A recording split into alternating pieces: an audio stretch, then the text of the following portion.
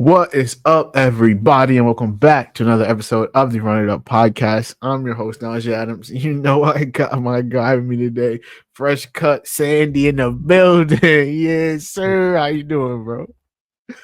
Chilling, bro. Chilling. Where you going this weekend? Why you had to get a cut? We got a wedding on Sunday to attend. Got to look a little spiffy. Yeah, for the couple, the lovely couple. Yeah. I respect. Shout out to them. I don't know who they are, but happy. They were at our wedding.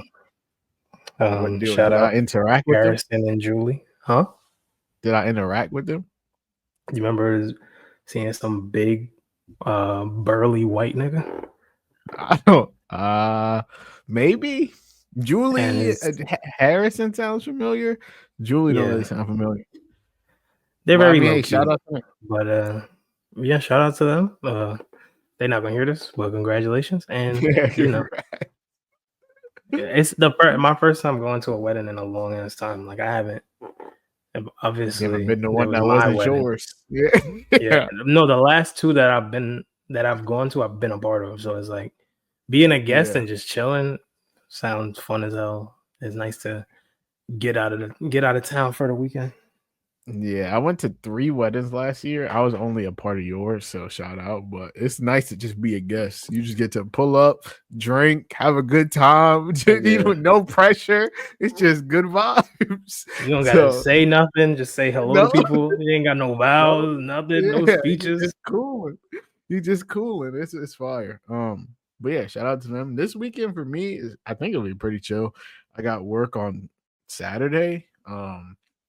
But then I'm off Sunday. I'm off Sunday. I think we're just gonna go to Shirley, hang out with Christy's parents and everything. So it should be a calm weekend for me. I gotta go to the draft in 2 weeks, so that'll be fun. But that's at the Barclays, so that's calm. Yeah, it's always at the Barclays. When I have to go to like All-Star Weekend and shit, it's cool because it's All-Star Weekend, but like it's ass because like I gotta sleep in a hotel and I gotta get on a plane and all that. If I'm taking a Uber, I'm taking an LI and coming home and going to bed like that. I'm always trying to go to shit in New York, so that'll be cool. I'll probably see Cooper Flag. I ain't gonna ask him no questions because that's not my bag. But shout out. What you mean? And then, I mean, I could probably, but like I'd be too nervous. He finna like it is gonna be 40 people trying to be like, so Cooper, what do you think about playing with Anthony Davis and Kyrie? Okay, I would just calm it down. I'm gonna give my little picture, and we gonna keep it pushing. I'm not doing. You can get somebody that's like still lottery projected and get like a low key. Yeah, I gotta do some research. I want to talk to Derek Queen, the little Maryland guy. He was. I was about to say that crazy because I was about to say Derek. Yeah, low key, my favorite player in the draft. We should do a mock episode because the draft. Yeah, I gotta lock in on prospects, gang. I'm the Lakers don't even got a first, so I'm not locked in. Just like we got a first, but it's number 20, so. Yeah, our first went to the Hawks. It's the last pick from the AD trade. Isn't that crazy? We still giving up picks for Anthony Davis. He's not even on our team no more. When was that trade? 2019? 2020? 2019? Because LeBron got here in 2018. Yeah, Bron got here in 2018. He played the season with Lonzo and Ingram and them. And then 2019. Yeah, it was 2019. And we giving up 2025 picks. So shout out. Nuts. But yeah, so this episode should be a quicker one. We're going to talk Thunder Pacers game 1. Literally just happened less than 24 hours ago. So we're going to give our recap on that. Talk about how we see the rest of the series going. If we're panicked for the Thunder, because obviously they lost. We're going to talk Tom Thibodeau and the Knicks. He got fired this past week. It's been a kind of divisive move. Some people are very happy about it. Some people think that it was a horrible move. So we'll give our thoughts on it, talk some possible candidates, see what we think. And then send it out. We're going to talk probably the 2 biggest dominoes to fall this offseason. I'd imagine that like a lot of the moves and a lot of the trades won't get figured out until these 2 players decide what they're going to do, and Giannis and KD. Whether or not KD gets traded, whether or not Giannis gets traded, I could see a lot of free agency kind of like holding up to see where they go, and then teams being like, all right, boom, boom, boom, boom. But yeah, a bunch of people have said this is going to be one of the craziest off seasons ever. So it should be a wild off season, but we'll see. But make sure you guys subscribe to Run It Up Podcast everywhere that podcasts are found. Leave a 5-star rating and review. You can find us on Spotify, Apple Podcasts, anywhere you listen to podcasts will be there. Subscribe on YouTube. You can just look up the Run It Up Podcast. Follow us on TikTok at the Run It Up Pod. We've been doing pretty good on TikTok recently. We were on like a streak of like 7,000 views, and then our last two didn't crack 1K, but it's all right. We cooking. It's a process. You feel me? And I feel like I had my best take in that last one. But... You had what was the last one? Oh, the Kobe take. Yeah, you had such a great take. Even the D Wade. I was talking about the Haliburton one, where I was talking about like we were talking about our top 10 players. Oh, the Chauncey Billups. That was an elite take. That was an elite take. Maybe the Pistons or maybe the 04 Pistons or the 2025 Pacers. We don't know. That was an elite. I had forgot you said it, and then I was editing it, and I was like, "Damn, he might be cooking. I gotta leave this in." And so I left it in. That was an elite take. Yeah. I think the top 10. I can't remember how many the top 10 we did. The D Wade Would You Rather did pretty good. Justice was in the comment to that one. And then the one before that, I can't remember what it was. But tonight, the Kobe Would You Rather is dropping, which is pretty calm. I don't think you had any crazy hot takes. No, I dropped the Would You Rather. Yeah, I dropped the Kobe shade. The Kobe Would You Rather is gonna drop. And then we did the Joel Embiid Would You Rather, but I haven't edited it yet. And I literally just saw another. Like we recorded it, and then I hadn't seen it. Joel Embiid Would You Rather anywhere, and then we recorded it, and I went on TikTok like 2 days later, and it was like, so Joel Embiid Would You Rather? Like, nah. Who was it? Who was it? You know, like Pick a Side. They do all the Would You Rathers. They're like the Would You Rather patented guys. Shout out to them. I would love to be the first. Yeah, shout out Riv. It would be nice to be the first one to do a Pick a Side. I mean, Would You Rather, but. I know cool. we're gonna coin our own series, you know. We're gonna get our own series. That's not gonna be called Would You Rather. It's gonna be a recurring series that we could just do. We'd be cooking on that. Maybe when the NFL season comes around, we'd cook. Yeah, for sure. I think our NFL content does better than our NBA content anyway. I just think NFL that people are king, more. Brother. NFL is king, bro. It really is. But it's just not really much to talk about in NFL right now other than Aaron Rodgers and Anthony Richardson, and like no one cares. So rest in peace. And like, rest in peace to your guy. Your guy. It's all right. It's cool. I hold Daniel Jones down for you, baby. Don't worry about it. He gonna lead them to the promised land. He'll be all right. Everyone sailing the ball over Tyler Warren's head. We're gonna be like, damn, this nigga stinks too. Yeah, they in the Arch Madness sweepstakes. They not worried about it. What you would call it? And yeah, everyone kind of knew Rodgers was signing with the Steelers. It was just kind of like a matter of time thing. I feel like everyone already got their takes off. Like he's gonna go to the Steelers. They're gonna be mid. It's the same shit as before. He'll probably retire at the end of the year, and we won't care. So there you go. And yeah, before we get into it, I guess we'll go song of the week. I think I went last time. So fresh off of the heels of our Drake, not even Drake, our Pusha T debate. You guys didn't see it, but me and Jalal had a great debate in our group chat. I couldn't even debate, bro. I had to get my cut. I couldn't even finish my argument, bro. About whether or not Pusha T is relevant. Phone in my pocket, just buzzing off. I'm getting cooked. I can't even respond. Well, my argument wasn't is Pusha T like relevant. I said he has been relevant for the last 20 years, which he has. I think he has like different eras of we were arguing two different things, and we were arguing two different things. Because I think Pusha T, on the heels of him and his brother dropping the album, he has like different eras. Like he has the Clips era from when he first started, and then he went solo, and then he was on Good Music with Kanye and Big Sean and all of them. I can remember. It was so many people on there. And then he like post Kanye, mid Drake beef, and then it's now after the beef, which has been 7 years? Crazy. I guess I was arguing, like level of relevancy is what I was arguing. Because like, okay, everyone is relevant to I wasn't even saying like people. Yeah, like I wasn't saying he's like the same level as the biggest artist out. I was arguing. You don't think I comped Pusha T to Bradley Beal? You don't think that's a good comp? Nah. I think that's an elite comp for Pusha T. So if you think Bradley Beal retired today, is he Hall of Famer? Because I would put Pusha. I would put Pusha T. Not a Hall of Famer, brother. He's got hits, and he's part of one of the more historic rap duos in rap history. We're saying Clips is T? like Clips is, but it's because of Clips. Like his Clips lore is very big, bro. I gotta find a good like guy who is on a Hall of Fame team that is not a Hall of Famer. It's not coming to my mind right now, but I gotta think of somebody. Giannis Haslam. Giannis Haslam, a Hall of Famer. That is crazy. That is crazy. All right, yeah, we're done with this conversation. What's your song of the week, man? What's your song of the week? I personally think Bradley Beal's great comp, scoring championship. Boom. My song of the week is from Lil Tecca. It's called OWA OWA. I think it's like a TikTok song. I think most people have heard it. It's like a pretty popular song, I think, but I just downloaded it the other day.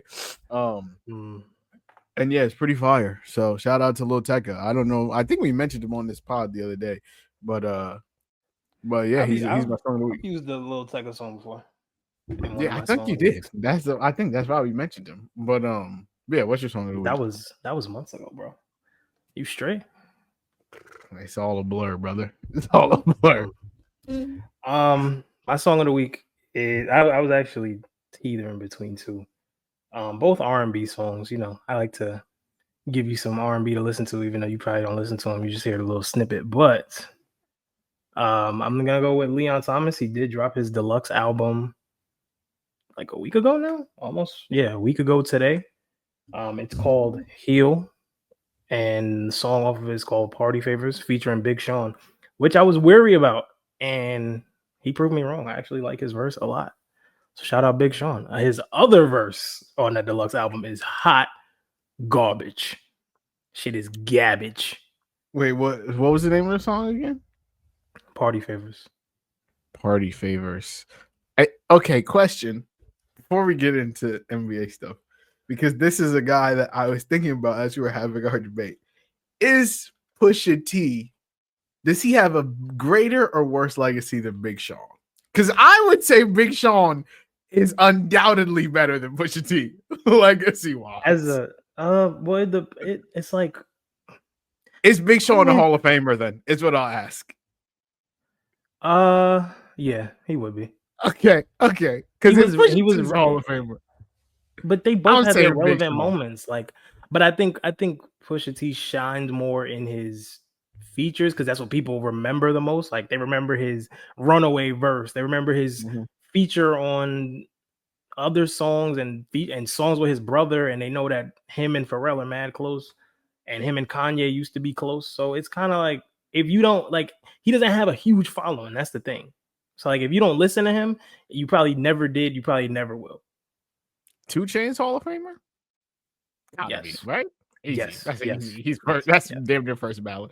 There was one more that I was gonna ask, but I forgot. Oh, Meek Mill Hall of Famer. Gotta be. Yeah. Right? Yeah. Okay, cool. We're on the same page. Almost got himself removed from the Hall of Fame. He's had a good little comeback run in a couple of recent years. But yeah, see, my music takes. No, you don't think he got a couple good singles like that Friday feature is fire. I know you don't listen to Kaki Ka, but the single, the feature on that song is great. He's had a good little run, bro. And he had that like collab album with Rick Ross like last year. He hasn't dropped like bad music in a little while. But I think he's relevant to me. Oh, don't you dare! He's less relevant than Pusha T is right now. Oh, no. Who really listens to me? Who listens to me right now? No. See, this is what I'm saying. You might not listen to me.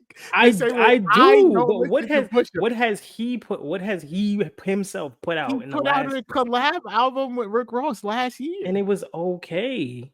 Yes, but he's relevant though. You don't think he's relevant in the sense they have the same level of relevance. Is my point. You see how you just reacted? He stayed relevant for the last. Meek Mill has stayed relevant for the last 10 years, 15 years. Pusha T has been rapping since the year 2000, brother. I think there are rappers that were rapping back then that aren't even rapping anymore. I'm trying to think. Ja Rule doesn't rap anymore. 50 Cent don't rap anymore, bro. I don't think that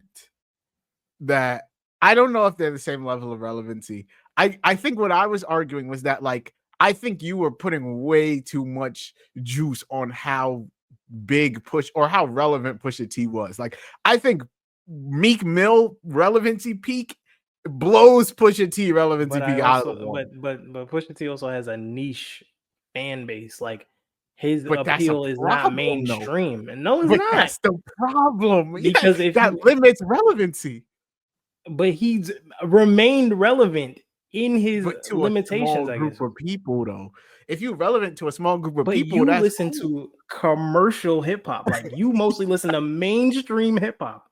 You don't listen to any like, but you don't listen to anything outside of like the shit you would see on Rap Caviar and fucking Apple Music, Rap Now, whatever that. I would actually argue that like Hurricane Wisdom and Kaki Ka are not mainstream, but I'm saying, well, no, like, they're not. They're low key, but I'm saying like he does appeal to a certain niche, but that all if we're talking relevancy, like it's relevancy to the mass audience, like him being cool, like him having this small whatever amount following, I think does limit how relevant he can be. Because if you're not appealing to the mass audience, then you don't have to.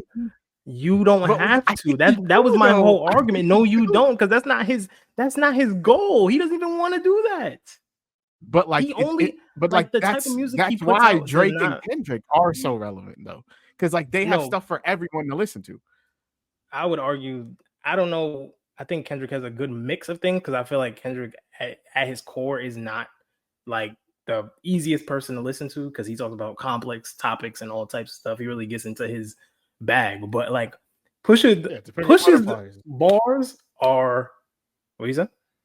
Said Pimp Butterfly, dog shit. But a lot of people like it though. Like, it's a great album to a lot of people, you included. Can we talk about something else, please? You're pissing me off. Yes, of course. But yeah, shout out Pusha T, shout out Meek Mill, shout out Drake. But yeah, shout out Kendrick. Shout out Kendrick too.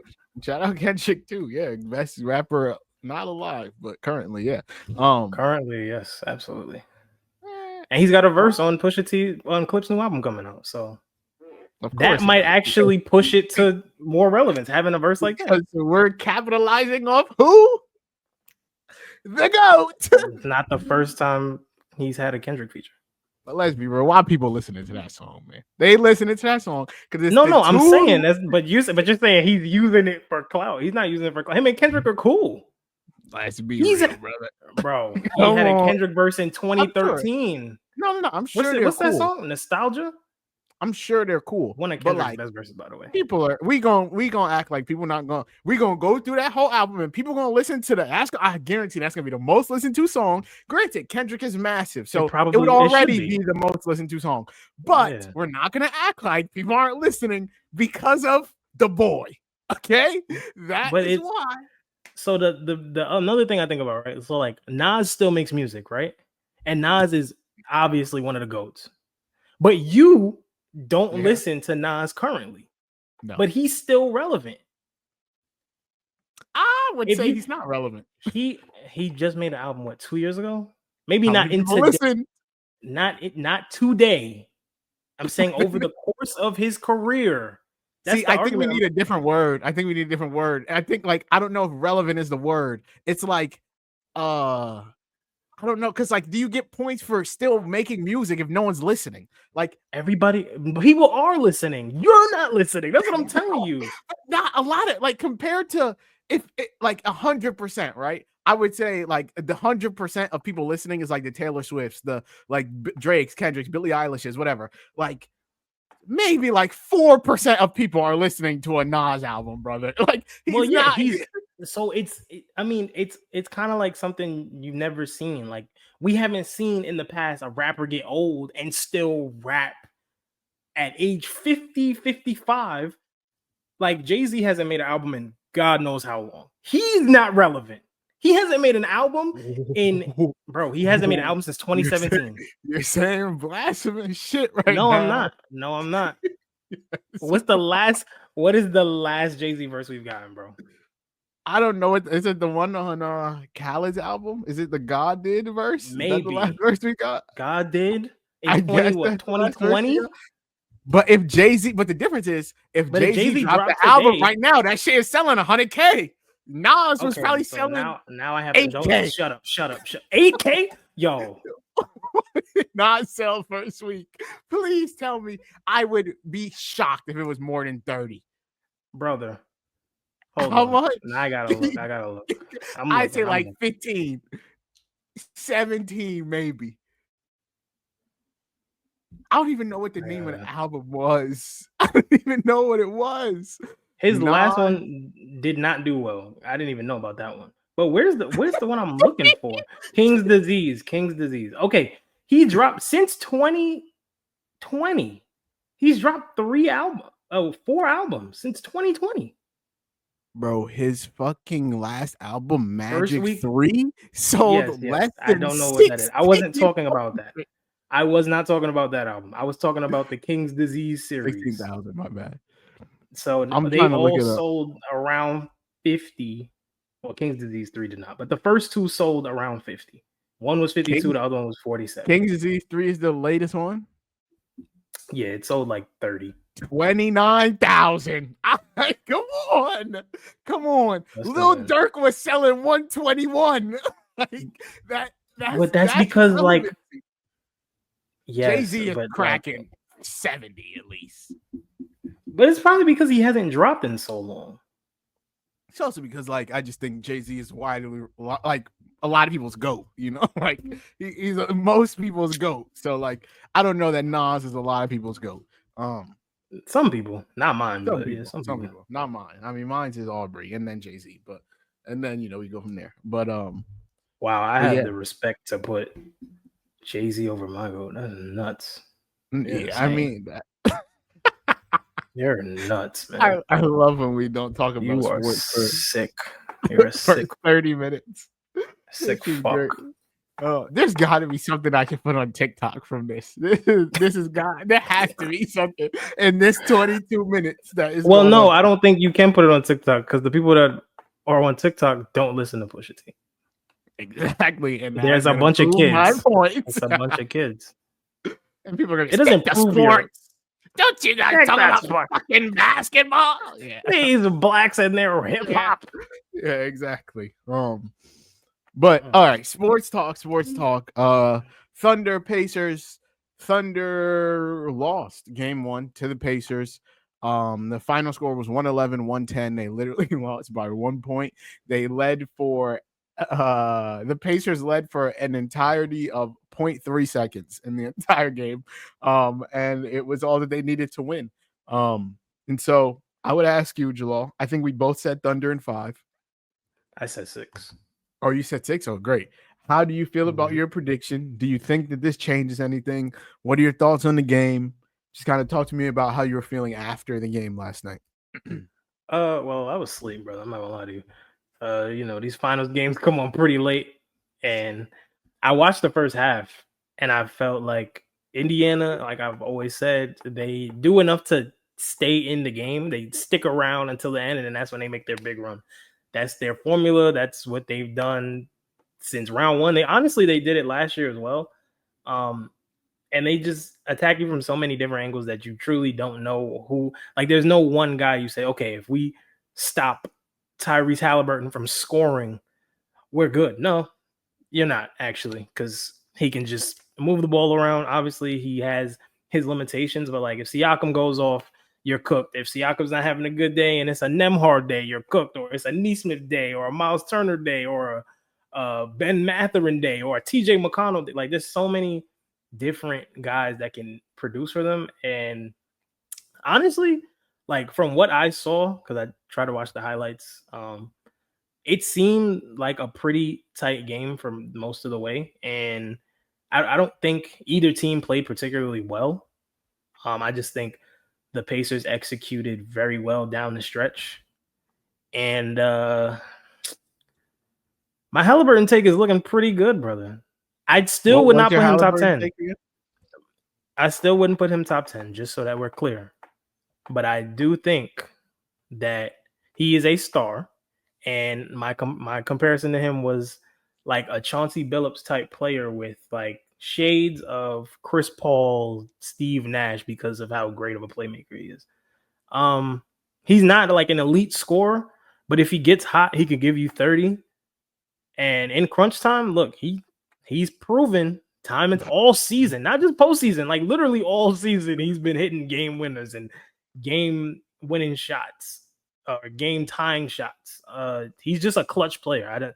It's no real way to define clutch other than you showing up when your team needs you the most, and he does that every time. And as long as he's doing that, I think the Thunder. I mean, I've never underestimated the Pacers coming in. That's why I have Thunder in 6. I do think the Pacers do get another game, and if the Thunder fuck around and don't play well again, this series could go 7 because Jalen Williams, my goodness, brother, my good golly God, so much. 6 of 19, brother in Christ, are you kidding me? Chet Holmgren, did you even know there was a basketball game last night? Lou Dort is over there looking like prime Ray Allen from the corner splat. All I hear on my TV, Lou. Every time he puts up a 3, splash. I'm like, oh, the Thunder look at they're in good shape. Shea has what? He had 36, 38. He had 38. Yeah, 38. The only thing that I criticize Shea about is the last shot that he took. It was a forced shot. It was a bad shot. He was also getting cooked a little bit in crunch time. But hey, the Pacers were hitting tough shots, and they were executing the offense really well. The shot by Nembhard, step back, that was nasty sequence. Haliburton's game winner was a tough shot. Like sometimes you can't do anything but tip your hat. Miles Turner and Thomas Bryant banking in corner 3s. Yeah, like yeah, y'all got it. Yeah, y'all got it, bro. But with that being said, I still think the Thunder win this series. I think they win the next game.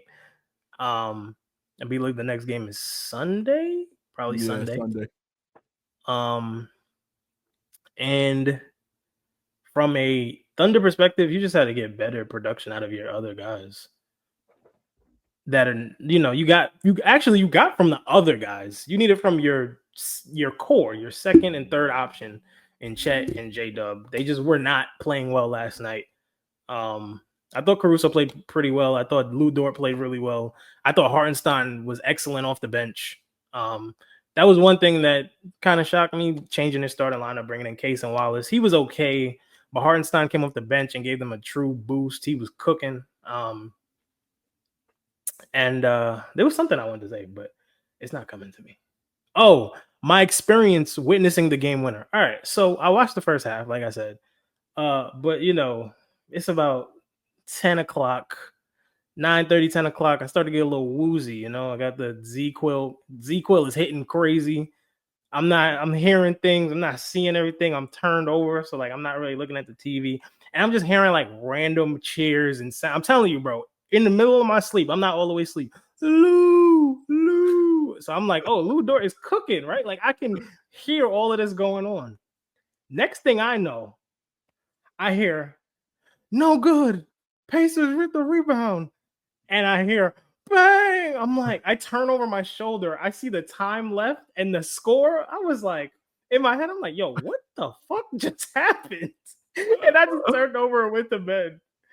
Oh my God. I wish I could have witnessed it in real time. I was so out of it, bro. But I remember waking up and looking at the score and being like, oh, hell no, bro. Like, what? I was mind blown, bro. I was mind blown. I watched Shea. Well, I watched Andrew Nembhard put him on an island, hit him with a tween as he stepped back. Shea started wobbling a little bit, fucking nothing but net, just straight in the. And then come down. Shea miss a midi. They get the rebound, come down, hit another shot, and then it's like 2-point game. 1-point game. Shea comes down on Andrew Nembhard, can't get the shot to go. They get the rebound. Rick Carlisle did not call a timeout. They give it to Hallie with like 4 seconds left, and he's just like, "Oh shit, get to the like on the wing, mid range, pull up. I'm just that's bucking. not even like a go-to shot for him. No, he's usually shooting like a step back three, or he's getting to the rim or a floater. Like I have never seen him take a pull-up midi. No, crazy. That's not his bag, and it still went in. I think for me, I said Thunder in 5. That obviously meant that the Pacers had to win a game. I wasn't expecting it to be game 1. But I have seen like a lot of different reactions to this. I said this, but I think recency bias runs rampant on the NBA and unlike any other sport. And so like I've seen people say like, oh, the Thunder are cooked. They're not who we thought they were. Fraudulent team. And it's like, I said Thunder 5. I'm gonna stick with Thunder in 5. Do I think they're gonna rattle off 4 straight? I don't know, but like I'm gonna say still Thunder 5. I have utmost confidence that Thunder are winning the series. People act like this is the first time that a team has lost game 1 and won the series. The 2022 NBA Finals, Celtics won game 1 in Golden State, and the Warriors won game 2 by 19, 1-6. 2021 Finals, Suns were up 2-0, Bucks won 4 straight. Everyone knows what happened in 2016. You know, doesn't need to be said.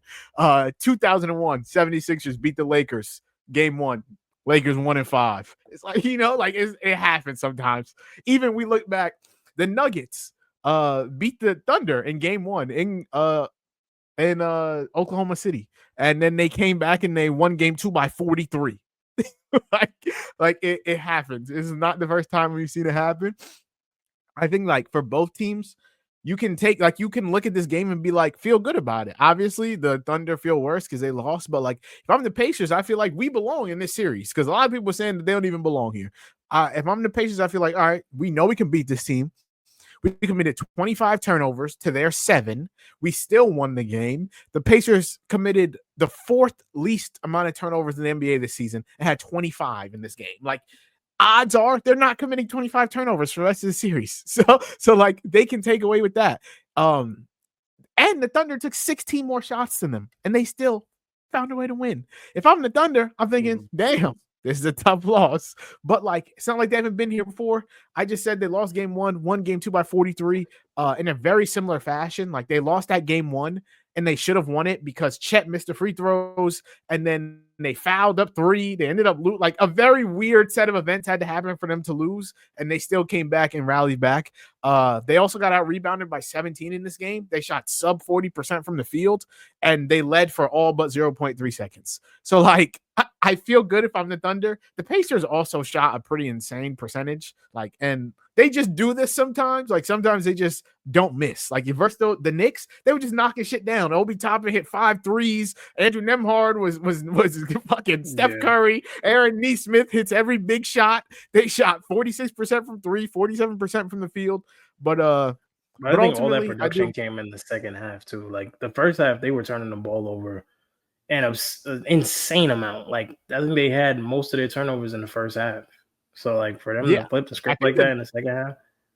The Thunder had a double-digit lead at half, I think, and so like it was only a 10-point lead. Yeah, it wasn't a ton.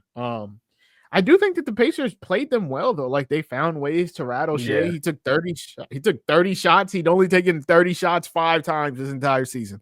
Granted, they were 4-0 in those games. So this is the first game. I think Shea played well. Like I don't think he played bad. I just think you need more from your two co-stars. Yeah, like I think like the Pacers kind of were like, hey, we're gonna force Shea to beat us. And like teams have thought that before, and usually Shea is just good enough to beat them.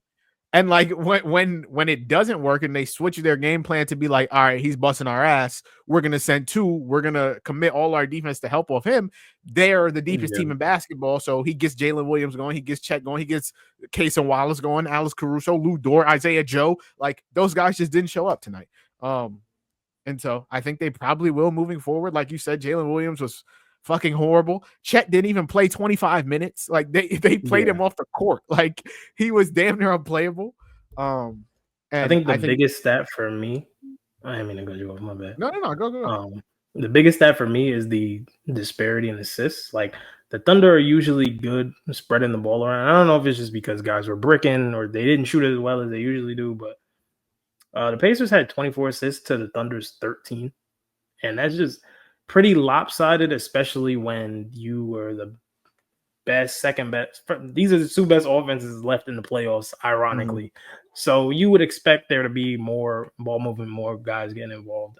But shout out to the Pacers for knocking the Thunder off their game plan a little bit. And honestly, if I'm the Thunder, like I'm not worried. There's just a sense of urgency that needs to be there going into game 2. Because if you lose game 2, that's tough to come back from. Like being down 0-2 is just very tough. I did go back because I'm on Basketball Reference at the moment. I wanted to see of teams that won the finals, how many of them lost at least one of the first 2 games. So I went back to 2011. That was the Dallas Mavericks Miami Heat series. The Mavericks lost game 1. They won game 2. They ended up winning the series, and they didn't have home court advantage. In 2012, the Heat did not have home court advantage. They lost game 1, came back, won game 2, ended up winning the series in 5. 2013, Heat Spurs. The Heat lose game 1. I remember that so vividly. Tony Parker hit one of the nuttiest shots I've ever seen in my life. And then they win game 2, and it's back and forth. They obviously the Ray Allen shot. They end up winning in 7. The next year, the Heat Spurs again. The Spurs lose game 2. I don't know if people remember that. But they did lose a game before wiping us like dog shit off their foot. And then in 2015, I don't know if people remember this either, but the Cavs won a game, one of the first 2 games in the 2015 finals with Kyrie getting hurt.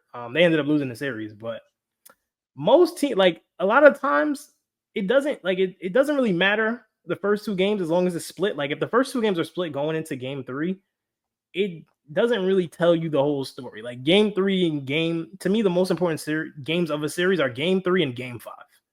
Game 3, you're either up 2-0, down 2-0, or tied. So that is literally the turning point in the series. And game 5 is like the momentum shifting game. Like you could be tied or down 3-1, or I guess you'd be tied or down 3-1 or down.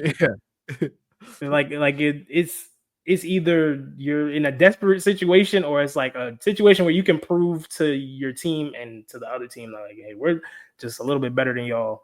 And a lot of the times it doesn't matter where the game is played. Like I've seen teams play game 5s on the road and absolutely smack up.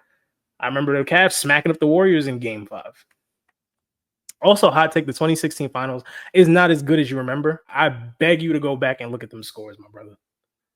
The only great game was game 6. Game 7. I mean, game 7. Game 7. Yeah. Bro, I'm looking at every game. It's a blow. Every game is a blowout. The Warriors win the first game. The Warriors win the first game by 15. Back then, that's kind of a blowout. Warriors won the second game by almost 40 points. Then they go back to Cleveland. The Warriors get spanked by 30. Mm-hmm. Yep. Game 4 was kind of close. I think this is the Draymond LeBron incident. The Warriors ended up winning by 11, which is like, eh. And then they don't have Draymond or Andrew Bogut. They go back to Golden State. Cavs end up winning by 15. Then they go back to Cleveland, and they win. The Cleveland wins by 14, which honestly, that game looks a lot closer than I remember. I just remember the Warriors getting that ass whooped in game 6. And then obviously game 7, one of the greatest games ever played in NBA history. It was a 4-point game, the LeBron block, the Kyrie shot. That series is not like people always talk about that series. Like Kevin Love defense on Steph Curry. People forget about that. He was clamping that shit. LeBron almost yamming on Draymond. Game 7, Draymond.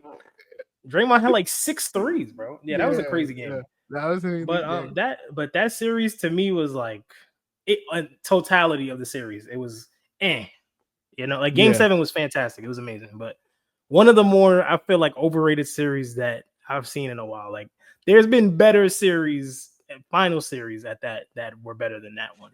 It's just that the history behind it and the what was at stake during that time. That's why it was so gassed up. But now that we're almost 10 years removed, crazy. Yeah. I think we can be fair and say that revisionist history would tell us that it wasn't the greatest series. There was just so much at stake.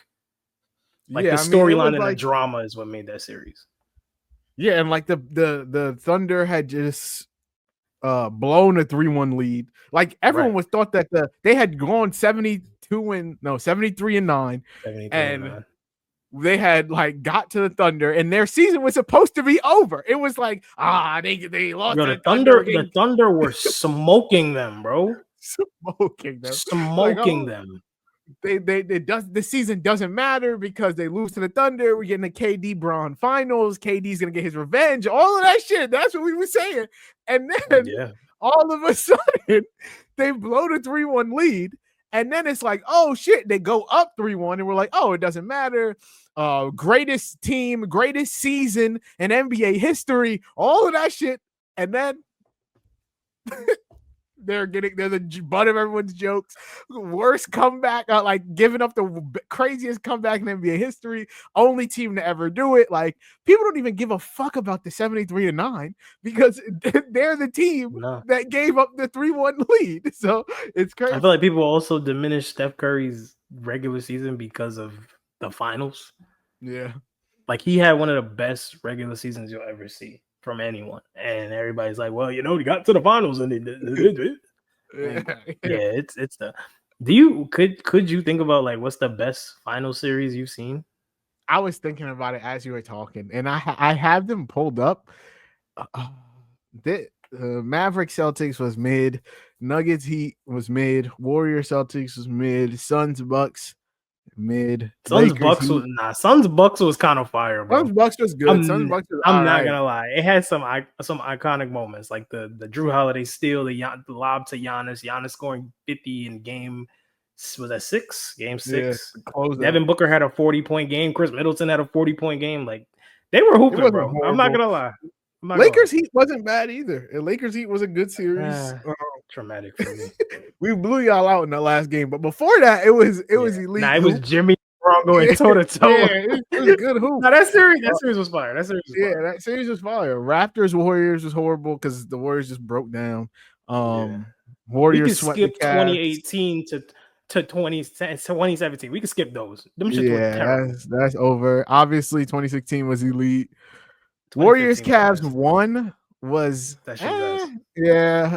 Spurs Heat. I had to watch LeBron and Timofey Mozgov and Iman Shumpert play basketball. Man. The 2013 Heat Spurs Ray Allen shit was tough. That was a good series. That was a good series.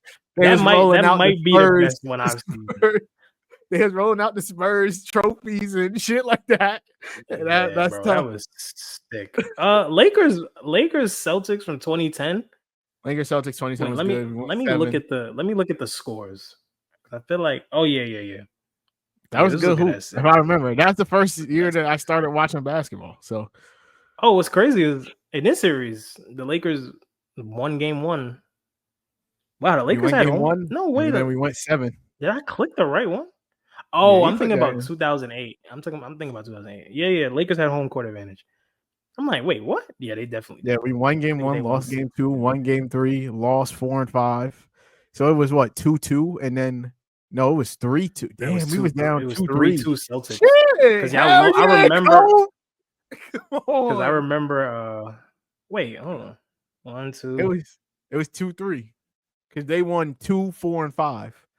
Yeah. Oh, this was back when it was the 2-3-2 format. Bro, these scores are fucking insane. 67 to 89. Game 7, the final score 79 to 83. That's crazy, hold on. bro. I know Kobe's stat line in this game is horrendous. I gotta look at it. That is crazy. 79 to 83. Kobe had 23. That was it. I know he had 23, brother, but you don't know what he shot from the field. I remember, brother, 6 for 24 from the field. He was 11 for 15 from the free throw line. Even Pau Gasol didn't play well. Nobody, bro. I'm looking at this. Nigga, Ron Artest didn't play well. He was 7 for 18. I'm looking at the Celtics. I'm trying to see who played well.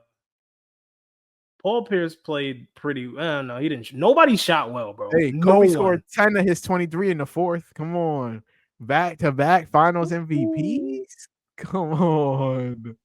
Rondo played really well. Rondo did cook that game, yeah. We packed the Magic, and then we packed. Damn, we really could have repeated, bro. The bum ass Celtics beat us in 6 in 2008. But I wasn't even watching basketball. That Celtics team. Y'all were not beating that Celtics team, bro. I was playing. I was watching Yu-Gi-Oh, boy. No, I wasn't even watching that. I was bullshit. I was just chilling. I was watching Teletubbies. Nigga, I was not watching none of it. For me, it's either the 2013 series or, I mean, a lot of these I was too young to remember. I kind of remember 2005, but not like vividly. I remember 2006, obviously. And to be fair, I think that some of these games are blowouts, but from game 3, game 5, and game 6, perfect, bro. Series. From the Heat Mavs in 2006. Oh, okay. Like the Mavs were up 20 or whatever, like 18 in the fourth quarter, and D-Wade leads a comeback. Then they smoke them in game 4, and then game 5 is kind of the same thing. Like D-Wade putting niggas on his back, and then game 6, more of the same thing. Like, it was great to see because, Pat Riley's elite. My son was winning. Yeah. I forgot he was y'all coach. That was his last championship. Yeah. And then he stepped down when my guy Spo right up in there. He won 2 chips himself. Shout out, man. But yeah, I mean, since we're talking about it, I wanted to ask you, like, I was thinking about it before we started recording. Who do you think had the crazier finals run? The 2025 Pacers or the 2023 Heat? Because both. Nah, bro. Insane. Let me tell you. No. Let me tell you something, bro. Let me tell you something.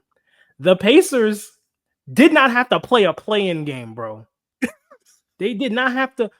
Listen, that Heat team, I keep telling people this. That Heat team was ass in the regular season. They were garbage, bro. They had just gotten smoked by the Hawks the night before, and then they had to play the Chicago Bulls, the annual play-in game. Clearly, we always play in the Hawks and the fucking Bulls to make it to the playoffs. So I'm like, all right, you know what? We're just happy to be here. We playing the Bucks. I'm like, damn, prime Giannis. I'm like, shit. Drew Holiday's still nice. Chris Middleton's still nice. They, got Bobby Portis. They got, I think, Brook Lopez is still there. They still had a couple guys that are no longer on that team, but the championship core was still there. And going into that series, I'm like, you know what? They might be able to get a game. They're playing with house money. You never know. Like when there's no expectations, guys just ball out. So game 1 comes. I'm like, oh, we're shooting crazy. Tyler Hero breaks his hand in the second quarter. I'm like, oh, we're cooked. We're done. The Hero. He was cooked, bro. What's crazy is he was cooking them too. Like he had like 16 in the first half. He was frying them. They pull out a miraculous one. I'm like, all right, cool. We got one. Game 2, we get smacked. I'm like, you know what? I expected it. And Giannis didn't play. Giannis also got hurt. Mm-hmm. So Giannis didn't play game 2 and 3. And we beat them in game 3. Victor Oladipo ruptures his damn quad in game 3. So this is just consecutive series of events where people are just getting hurt and out for the season, except for Giannis. And then game 4 happened. And I'm like, bro, that is the greatest performance I have seen in a long ass time. 56. It's not only that it was 56, it was the way he was doing it. And it was literally like, bro, if nobody else is gonna score, I'm just gonna go out here and do it myself. It was that he was giving Drew Holiday buckets. He was giving Giannis buckets. Giannis buckets. It didn't matter, bro. Jimmy was cooking everybody. And then like one of my favorite clips of all time is the step back with Kevin Harlan going absolutely nuts. Like that shit puts chills down my spine every time I hear it. But people really don't understand. Like people now like, oh my God, I don't know how that team made the finals. Like they were so bad, but like they just caught some type of lightning in a bottle. And if we're being completely honest, I thought they were better than the Knicks. Like I thought them beating the Knicks wasn't crazy. Then we get to the conference finals, and I'm like, Ain't no way we beating the fucking Celtics. Ain't no way we beating the Celtics. There's no way. And they win the first 2 games in Boston. Mm-hmm. And then they go home, they win game 3, and I'm like, oh, the series They win over. game 3 by 16. You bust their ass in game 3. Bro, at one point we were up like 30. Yeah. That's when Jimmy was giving Al Horford the finger guns. Like, we were fucking them, bro. Bam was doing spin moves off Jaylen Brown and dunking on his head. Like, we were wilding. So I'm like, yo, this team is nice. And then we lose 3 straight. Egghead Derek White hits a miraculous game winner. And we go into game 7. I'm like, all right, yo, we lose this series. They got to disband the whole franchise. You be the first team to give up a 3-0 lead ever in any sport, bro. In any, well, outside of baseball, because the Yankees did it once. But it hasn't been done in hockey. It hasn't been done in basketball. That shit would be insane.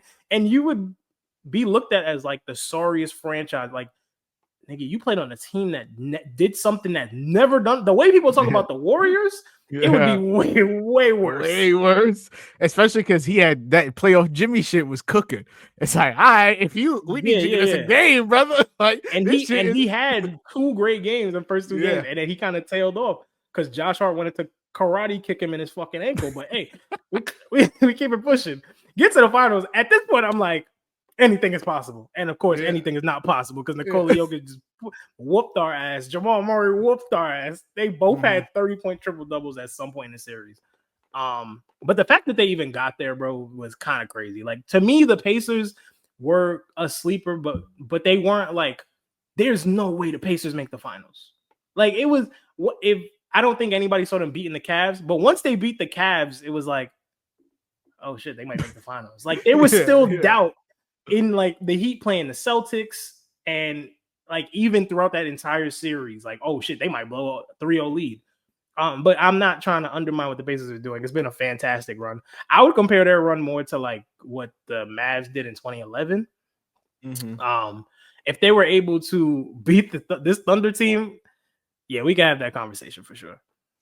Yeah, I think for me, I was thinking about it, and I so badly wanted to say the Pacers because recency bias, but like, I think what the Heat did, being 1 loss away from not making the playoffs and then going to the finals is like pretty insane. I think like when we think about defeat in general, like I think the Heat pulled off something harder and like more legendary. I think like moments wise, the Pacers had more moments in this run. Like, they were supposed to lose that game 1 versus who'd they play in the first round? They were supposed to lose that game 1, not get that game 1, but they were supposed to lose a game to the Bucks. They were supposed to lose a game to the Cavs. They were supposed to lose that game 1 to the Knicks. First teams that had done this were 0 and 1,100 and like all of that shit. I think that like they have 4 different moments throughout a moment in each round that is like no team in NBA history has ever done this but the Pacers. So like, whereas like I don't know that the Heat have that in that run, but I do think that the Jimmy by himself had almost as many moments as like the Pacers team had. Bro, he had what are the Jimmy moments? Because I remember the Bucks moments. Game 4, I remember those moments. Game 4, and then game 5 of that same series, the leaning game time shot. Yeah. And then in overtime, cooking Drew Holiday and like pointing at him, talking shit. And then in the Knicks series, there wasn't much. It wasn't much because it was more so just like Max Strus and Kyle Lowry cooking niggas because Jimmy was playing on one leg. In the Celtics series, it was Jimmy talking shit to Grant Williams and absolutely frying him. And then in game 2, it was like a mix of Jimmy, but also like Caleb Martin hitting shots and Gabe Vincent hitting shots and Bam getting a clutch shot. And then game 3, like us absolutely smacking them and talking shit. And then game 7, the Caleb Martin game. Like the Heat had moments too, bro. I would say it's a good argument though, because every time the Pacers do something, like this is the first team since Wilt Chamberlain. Like, oh my god, yeah, it's ridiculous. But it made me think of it. And then I'd seen someone tweet that like Hallie has more playoff moments than like most NBA stars could dream of. And so I want to ask you, just off the top of your head, I'm gonna name a player. You tell me if Tyrese Haliburton has more playoff moments than this player. Number 1, this is obviously subjective, but like number one, Chris Paul. Ooh, shit. I don't know. Chris Paul has like a bunch of signature playoff moments. I don't think Chris Paul has a lot of signature playoff moments. He's probably had plenty of great playoff games, but like moments that we remember, I would say obviously recency bias is about to whoop our ass. But like I'm thinking about it, the first thing that comes to mind with Chris Paul is the game winner on the Clippers versus the Spurs in Game 7. Yes. And the other one is, I don't know if you remember, he was on the Hornets still. I believe they were playing, I don't know if they were playing the Mavs or the Spurs, but it's like a fast break and he has the ball and throws the ball between somebody's legs on a fast break, gets it back, throws a lob to, I believe, like Tyson Chandler or David West. One of them. Those are the two that I'm like, okay, I can remember those. After that, bro, I have no clue because like a lot of the times, Chris Paul was usually helping set up a highlight. Like he's the one throwing the dime to DeAndre Jordan, throwing behind the back passes to Blake Griffin, and he's dunking on them, or like just starting a fast break, setting the tone. Like I don't know if he himself has had buckets where you're like, damn, that was tough. Who's next? Yeah, though? I'm interested to see where this is going. I say Tyrese Haliburton has more playoff moments than Chris Paul. Tyrese Haliburton or Jason Tatum. Tatum got a 50-point game versus Sixers. Tatum has a few. Tatum has a few like elimination game. Dunk on Braun rookie year. Yeah. The 50-point game. Then he blocked Braun one time. He has like a block on Braun in the playoffs. I don't remember that one. I can't think of many. There's a lot of like.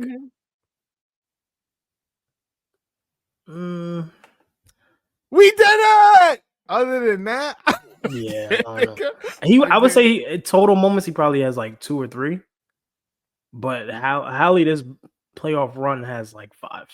That's what I'm saying. Like it's tough. I would still take Haliburton, Tyrese Haliburton or Nikola Jokic. No Jokic playoff moments stand out to me, other than him busting our ass a bunch. Like, there's a lot of moments. I mean, he's got like 3. He's got like 3 moments in that one Lakers series alone. Yeah. Him hitting fucking 2 seconds left on the shot clock above the head from half court kind of shit. But like, again, like Chris Paul, like sometimes he's the guy setting up the highlight, or sometimes he's just the guy setting up the play. Like a lot of the times, he might be the distraction for Jamal Murray to get open and Jamal Murray to hit a game winner, or like Aaron Gordon to get open on a back cut. Like it's not always Jokic going for the win. But he has like 2 or 3 as well. Like the same as Tatum. Yeah. Tyrese Haliburton or Steph Curry. A lot of people feel like Steph Curry don't got playoff moments. Steph got moments, bro. Steph has moments. Steph has a lot of moments. He got moments, bro. They because people only think about the finals, right? And it's like it's way more than the finals. I remember when he got hurt and came back against the Trailblazers, like I'm here, I'm back. I remember when they played the Rockets and there was no KD and he had 30 in the second half. That's a whole moment. The whole second half is a moment. I remember him cooking Matthew Dellavedova after people tried to convince themselves that Matthew Dellavedova was this elite defender because Steph Curry had one bad game, and Steph cooked him. He's like an in and out cross step back 3, and he looked at the camera and did like that mean mug nasty face that they put in NBA 2K. They put the animation in 2K16. Like that is a moment. I'm trying to think what else. Bro, versus the Kings. Him pointing to his ring against the Celtics. Yes. I'm just thinking of like finals moments too. Yeah, but he has a lot of moments. Versus the Kings like 2 years ago. That game 7, he had like 30 in the second half. Like he got playoff moments, bro. People like to hate on Steph, but he got moments. I would say he's the first person so far we said that definitively has more moments than Hallie. Yeah. For sure. Hallie or James Harden. He's been in the playoffs every year of his career. So, like, he should have. So, what's the James Harden moment that stands out to you? I have one. Give me yours because I'm blanking on an iconic James Harden. I think this was, and I don't even know if it's like iconic, but it's a stamp in your playoff career because it's a big thing. He hit a step back game winner over Iggy. I think that was 2015. They ended up losing the series, so ultimately it didn't matter. But I think that was the only game they won in that entire series. I would honestly like James Harden's. Oh! I got another one. His game winner against the Celtics when he was on the Sixers. Game winner against the Celtics when he was on the Sixers?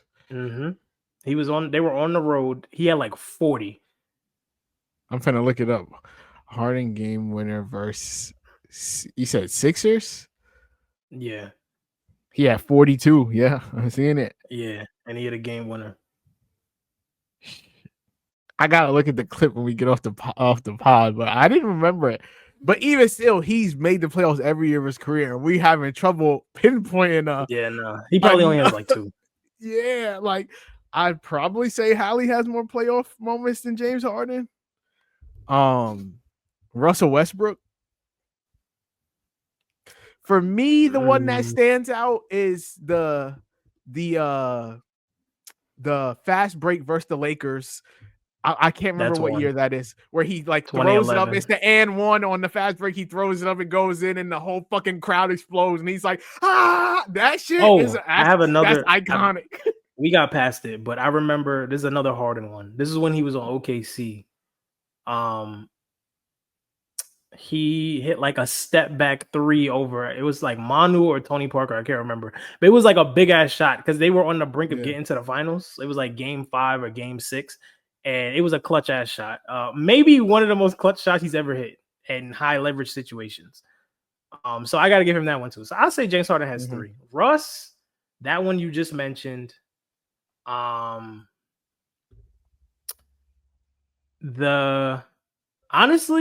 his game 7, the most recent game 7 they played against the Clippers, he played pretty damn well. I will give him that one. He did play well.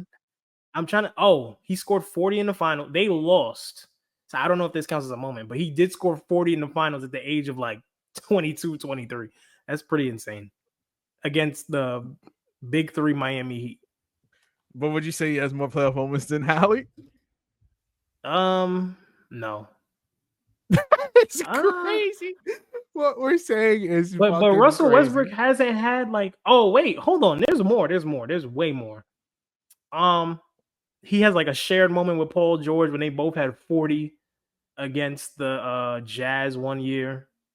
I don't remember if they won that series or lost that series, but they both had 40. It was them going back and forth, basically carrying the Thunder to a win. So that's what 3, 4.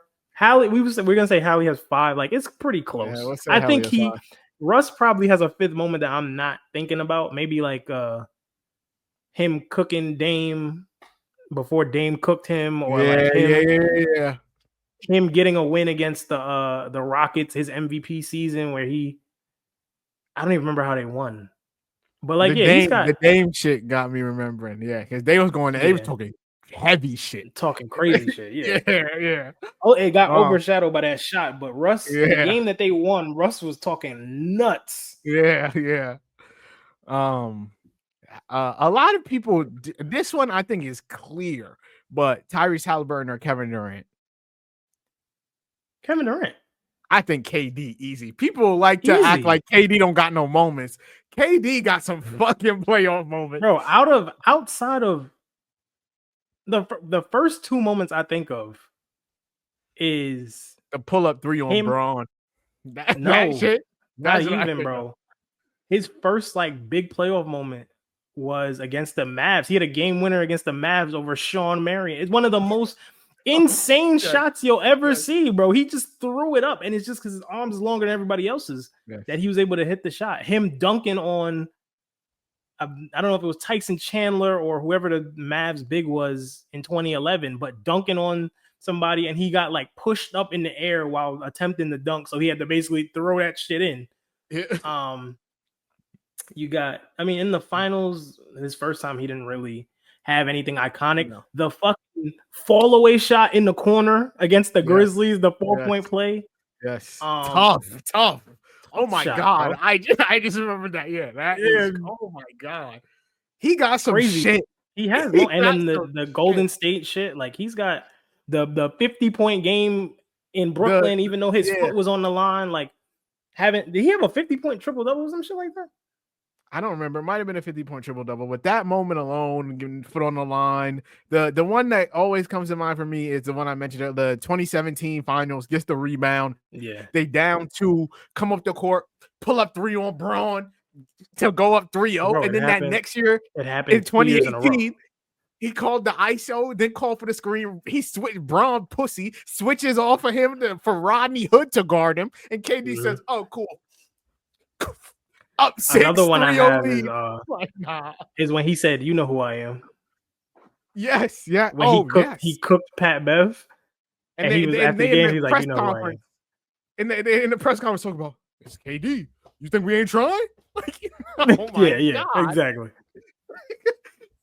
Yeah, he got some shit. He also has a game winner against the Lakers that I remember. This was like in his earlier years. I think it was like 2012. I don't know if Kobe was. That might have been the year Kobe was hurt. But he did. It was like a little walk up. Ron Artest was guarding him, between the legs, pull up 3, bang for the game. Yeah. That was for James Harden elbowing that nigga, or him elbowing James Harden in the fucking head. Yeah. I actually have a couple more. But we saying clear KD, clearly KD.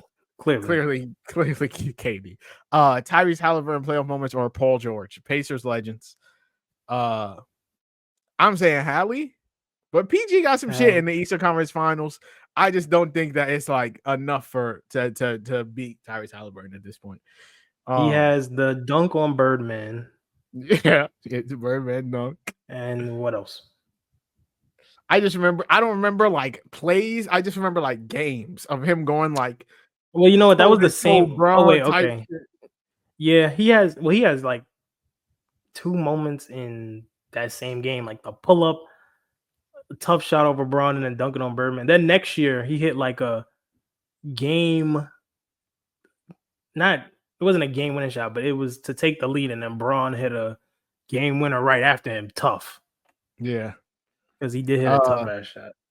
But I'm taking Hallie. But he has no moment. He might have like 1 moment in OKC, but he has no moments since he's left OKC. No, not in the slightest. Tyrese Haliburton or Kawhi? The shot on the Sixers is tough to beat. The shot on the but it's more than that, bro. It's like it's coming back down 0-2 against the Bucks. Is scoring 36 on Philly earlier that series and looking like fucking Michael Jordan, bro. Like I've never. This is the only time I've said like, yo, Kawhi looked like Michael Jordan, like the Jordan that old heads explain to us. I'm looking at Kawhi Leonard and I'm like, bro, he looks very similar to the guy that y'all telling me is the GOAT, or the guy that we recognize as the GOAT for a long time. And then obviously the game winner. And in the finals, he might not have. I don't think so. Yes, I can't remember. Yes. What do you do as a Clipper? He dunked on who was that? I don't even remember who that was, but it was when Ian Eagle was like the Kawhi light. He dunked on somebody crazy. I can't remember who it was. It was that year he tore his ACL. Yeah, he's got. I would say Kawhi has more moments. I'd say Kawhi got more moments than Hallie. The last 2, D Wade. Do you have more moments than D Wade? No. Hallie has more moments. I'm saying D Wade has more moments. D Wade was hitting game winners his rookie year. Don't get me started, bro. We did this last week. I'm not gonna get into the D Wade conversation, but he was hitting game winners in his rookie year. And then the last one, Tyrese Haliburton or Damian Lillard. Dame got the shot on Paul George. He got the shot versus the Rockets. Those are the 2 that come to mind for me. That's the 2 that come to mind. Is him? Did they win that game last year when he had like 30 in the first half against the Pacers? Is that a moment, or is that just a hot streak? Like he has another one. Bro, he hit like 8 threes. That might be what I'm thinking about. He went fucking nuts in one game. Another moment, maybe not like a game, but a moment is when it was during that OKC Trailblazer series, and he's guarding Russ. Russ puts up a shot and misses, and Dame, before he picks up the ball to go down the court, is like talking to the crowd like, yeah, get him out of here. Like, and picks up the ball and starts going back. That shit was elite to me. I love that. I'm trying to think of like what else. He has a lot of regular season moments. The Thunder shot and the Rocket shot are like two of the most iconic like game winners of NBA. You know, like that's tough. So I don't know volume wise he has more moments than Hallie, but like importance wise, I don't know. Like Hallie got some game winners too in this bitch, so I'm not sure, but I would say they're about even. I'm saying that's close. But yeah, that's all I had. Overall, though, Hallie got some shit in 2 years of making the playoffs. He got some pretty elite playoff moments so far. But you say he has more than? I'm trying to think of like. You think he has more than Luka? Luka's got a few. Luka's got a few. He got the Gobert shit. He got the Clippers in the bubble. I'm trying to think. What else do we got though? He got the Gobert shit is the most iconic one. I think he probably does have more than Luka. You know, like I don't know that. I think of the Gobert shot. I think Clippers in the bubble. Nah, he's got a few like game icing shots. Like there was definitely one against the Clippers last year that I remember. Like them going into LA and winning both of those first 2 games was pretty elite. When nobody really had them winning any of those games because we didn't know how good the Mavs were. The Gobert shot. The bubble shot was elite, bro. The bubble shot was crazy. I can't remember like him doing anything in the conference finals against the Warriors, but he's probably got like 3, 4. That's what I'm saying. I'm taking Hallie, and like maybe you asked this to us 3 years from now when we don't necessarily remember the Hallie shots because they didn't happen 2 days ago. And we might be like, hey, I don't know. But as of right now, these Hallie moments, I feel like there's also probably ones we're forgetting for other players because it's been a while. And a lot of these guys have 15-year careers. That's what I'm saying. That's why I feel like this would be a good one for TikTok. So like, let us know in the comments or YouTube if we're forgetting moments for any of these players. Please let us know because it's not like I'm not trying to shit on none of these players, but a lot of these guys got 12, 15-year careers. I'm not gonna remember every play. So let us know if we're missing a moment for some of these guys. And yeah, I guess we can move on. The next moments, Kobe or Jordan. I mean, I wasn't watching Jordan, so I don't know how many moments. I can't like recall off the top of my head how many moments he got. But it's like history. Like you should know a few. I know he got the shrug game. That was a playoff game, but is that like a moment or is that just like a game? That's a moment. All right. No, it's a moment because the shrug, and he also at that time had the record for most threes in a first half in a finals game. I know the up and under versus the Lakers. The switch hands versus the Lakers. His final shot as a Bull. That's 3. The Jazz shot, is that a playoff game? Yeah, the final shot. That's what I'm talking about. The fist pump shit. That's his final shot. Oh no! That was like 90. That was the year before. That was 97. I know a lot of them because I had a DVD with a lot of these games on it. Obviously, the 63 in the Garden. I mean, yeah, in Boston Garden. Even though they lost, scoring 63 against that team is nuts. Game winners. 2 game winners against the Cavs. Kobe has a lot, bro. Kobe has a lot. I don't know if he has. I think Braun probably has the most anybody. Jordan and Braun is close, bro. I'd probably take Braun. I mean, granted, for me, they're just more like they're just more ingrained in my head. Yeah, like I wasn't watching Jordan, so I don't remember those moments. But I'd say Jordan, Bron, Kobe is a very close one. I would say Jordan has one moment in at least each one of the finals he's played in, so that's like 6. And then you got to think about the series to get to the finals. So I'm trying to think like stuff that happened against the Knicks, stuff that happened against the Pacers, stuff that happened against the Pistons. He gets the steal, saves the ball, gets it back, flip up and one. That's one of like his iconic clips. He's wearing fucking Air Jordan 4s and doing flip up shots backward, bro. Crazy. Yeah, no, he's got a lot. He probably got a good 15. Yeah, he better have he got a good 15. Bron probably got a good 15 too. And I would say Kobe got like 12. 13. Yeah, like a good 12. Yeah, the it's always fun to think about these playoff moments because like the ones you remember, like it's easy to forget them, but the ones that are stuck in your mind mean like it's like dead ass a moment. So I'm interested to see how many of these Haliburton moments we remember in like 5 years. Because like we'll remember this one. We'll remember this, but we'll see how many of the other ones. Yeah. Yeah, the Knicks one I'll definitely remember. I'm not gonna remember that Bucks one. Yeah, I'm not gonna remember that. The next thing we wanted to talk about was the Knicks firing Tom Thibodeau. Like I said earlier in the pod, a lot of people have a lot of different opinions on whether or not he should have been fired. I guess I'll ask you, what were your thoughts? What was your reaction when you first saw it come down? That the Knicks will be moving on from head coach Tom Thibodeau.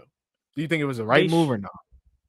I mean, I predicted that he would be fired because I felt like he would have coached himself into getting fired, which he did. He absolutely did. And I don't think it was a way in like, oh, you didn't play this player, you didn't make the right adjustments, which sometimes he didn't. It was the fact that he went to his bench way too late. Like, you spent all season drilling your top 7 guys into the ground, pause. And now all of a sudden your season's on the line and DeLon Wright is getting minutes and Mitchell Robinson's getting way more minutes than he was before. And Landry Shamet is now getting minutes.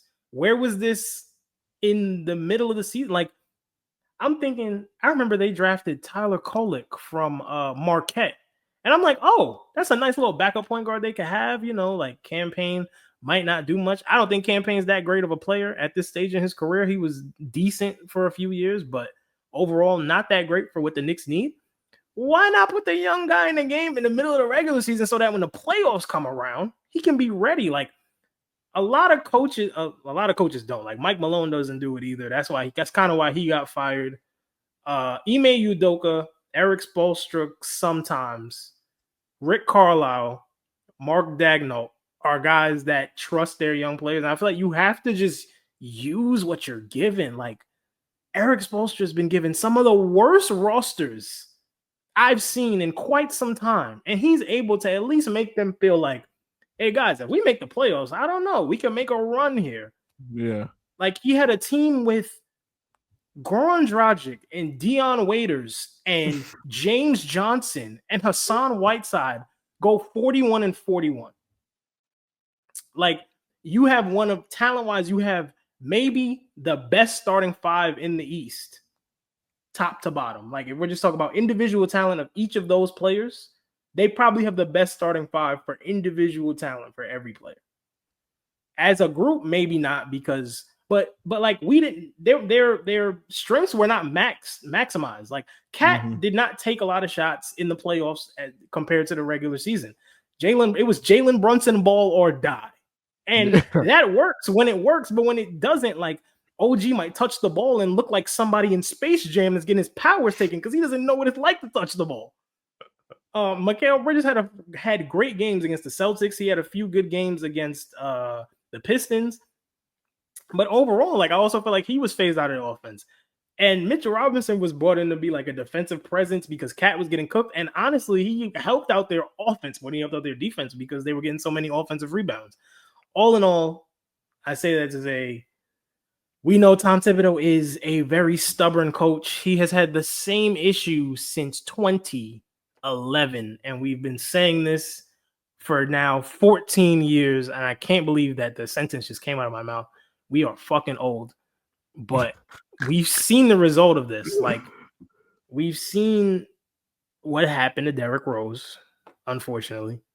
We've seen what can happen to a Jimmy Butler in a playoff series if you run him into the ground, or like guys are just gassed. That's another thing. Like, even if guys are healthy, and granted, no one's fully healthy in the playoffs, at some point, like, you can't be every this is not a video game. Stamina is not unlimited. Guys have been playing 40 minutes since October, and it is May, and you are still running guys 40 minutes.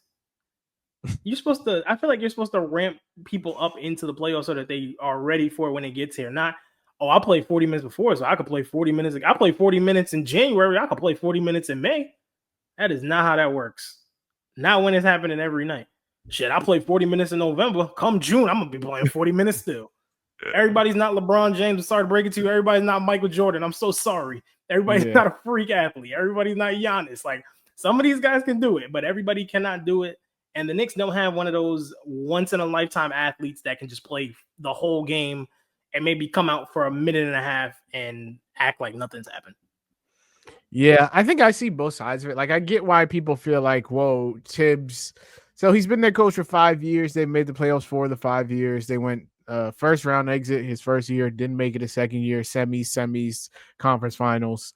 Theoretically, you could believe next year they could be a finals team. I sent this to our little group chat before, but like the last 4 teams to lose in the Eastern Conference Finals made the finals the next year. So like you could think we're right on the cusp. If we don't lose game 1 to the Pacers off that freak shit that happened, you know, maybe we go to the finals this year. But the freak shit that happened is partially Thibs' fault. It's coaching. Like you're up 17 and you're sitting here running, not even running the clock down. There's 20 seconds left on the shot clock and guys are putting shots up. Like, and so I think that like I understand why people feel like, hey, getting fired for giving the Knicks their best season since fucking, I don't know, the 90s or whatever the fuck is like it's tough. But I also do think that we have to be realistic about where this team was going. Like, there's a very real chance that this is Tom Thibodeau's ceiling.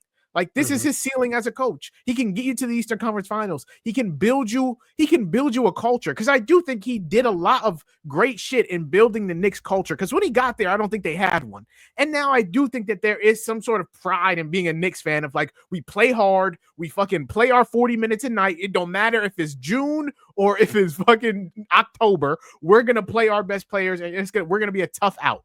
And like, I don't think that was the case before he got there. So I think that like, but then on the flip side, like, you can set the culture, but you might not be the guy that we need to get us to the promised land.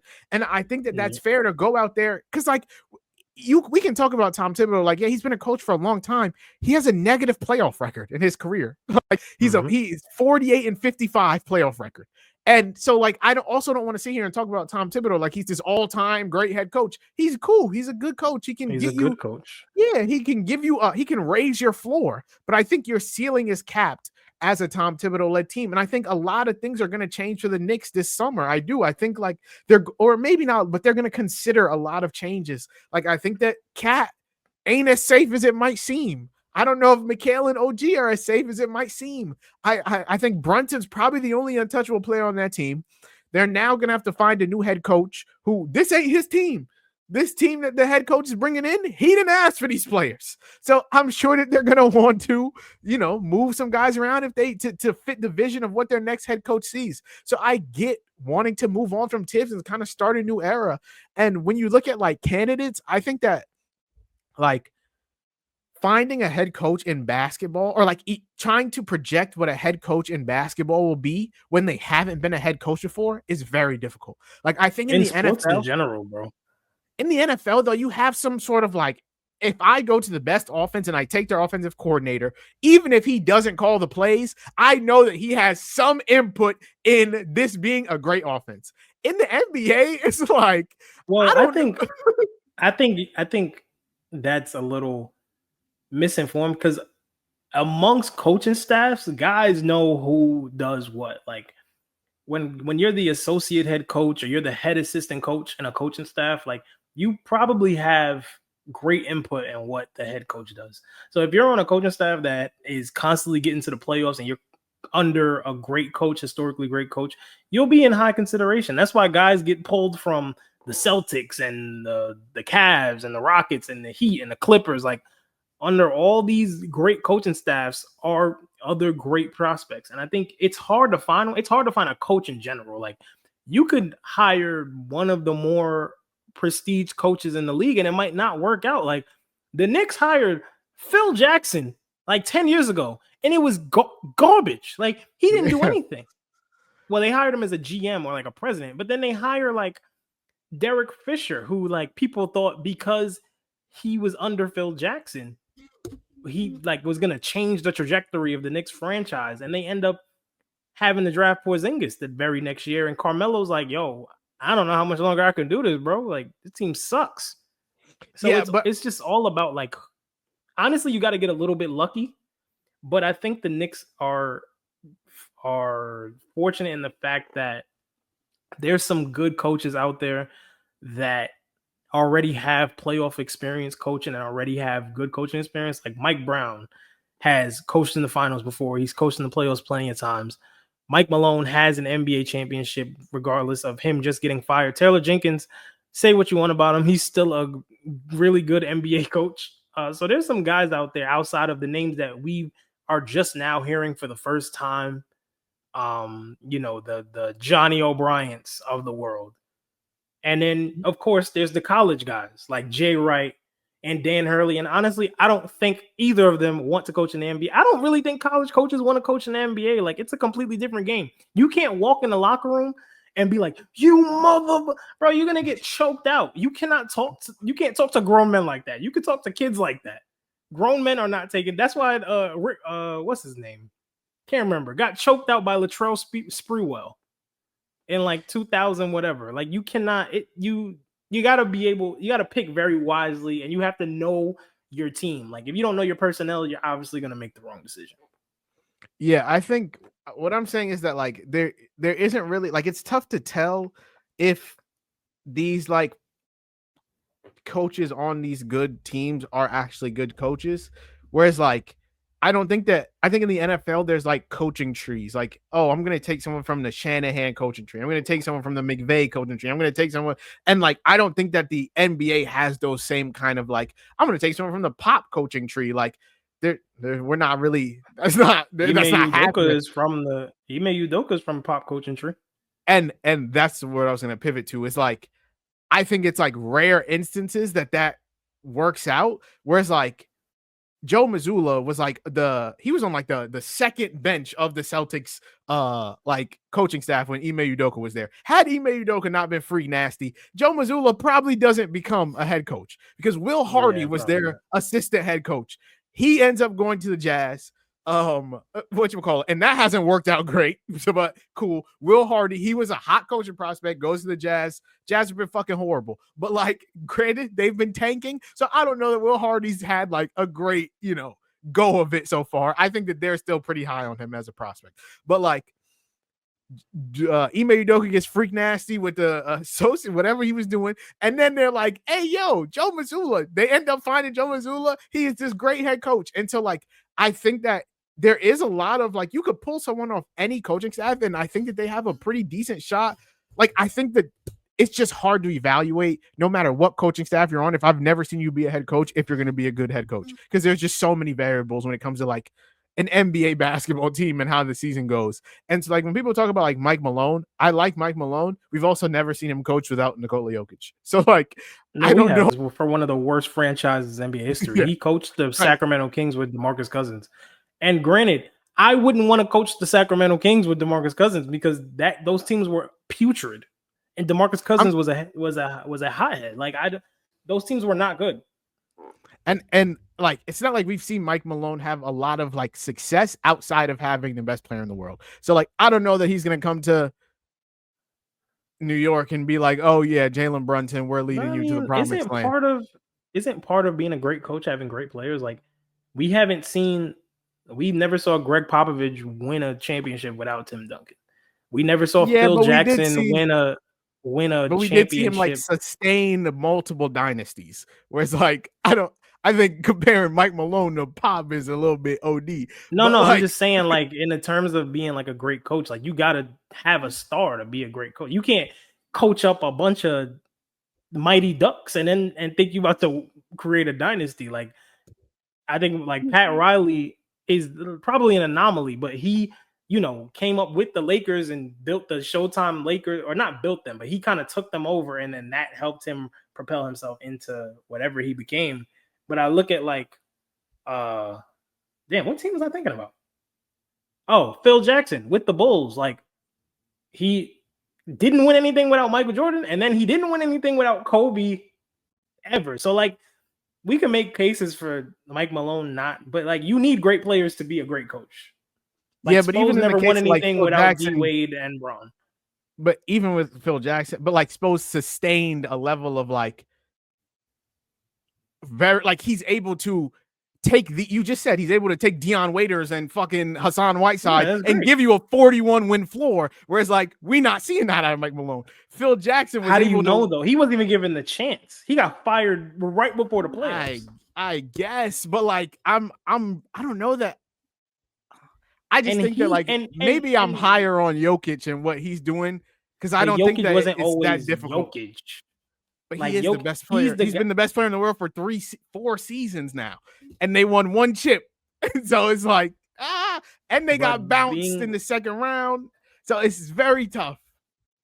Like, I think comparing him to Phil Jackson grant you a chip though.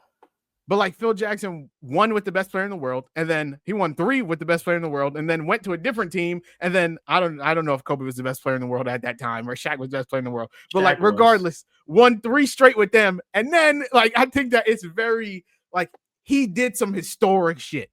Regardless, I'm not trying to have a fucking Phil Jackson, Mike Malone fucking coach off. I'm saying that if I'm the Knicks, I would not necessarily just put all my eggs in the basket of like, hey, Mike Malone has won a championship, Mike Budenholzer's won a championship, I'm gonna go and hire them because I think that they're gonna be the best like coach for my team. Because I think we saw Mike Budenholzer with Giannis and he won that chip. He probably doesn't win that chip if Kevin Durant's shoe size is an inch smaller, but he wins that chip.